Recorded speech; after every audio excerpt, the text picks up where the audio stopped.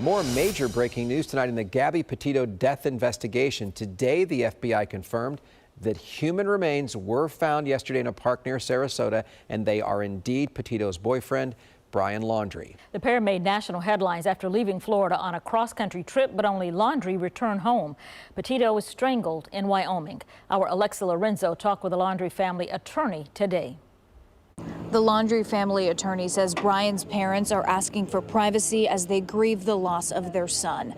The FBI confirmed through dental records that the human skeletal remains found at the Myakkahatchee Creek Environmental Park are indeed Brian Laundrie's. He was the only person of interest in his fiancée Gabby Petito's murder.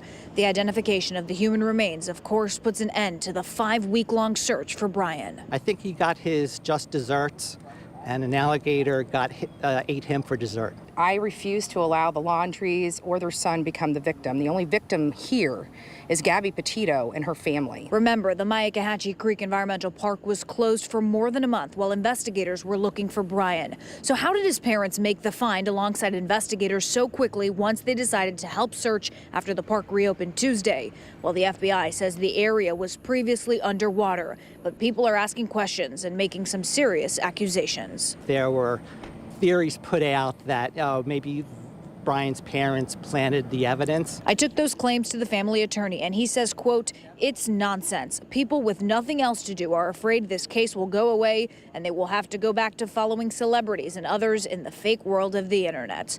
While the search for Brian is over, the investigation will continue. Crews remain on scene at the park, and the medical examiner has more work to do. He now has to determine the manner of death: homicide, suicide, natural, accidental, or undetermined. We will, of course, continue to follow this case through the end. In Northport, Florida, I'm Alexa Lorenzo for WFTV Tonight.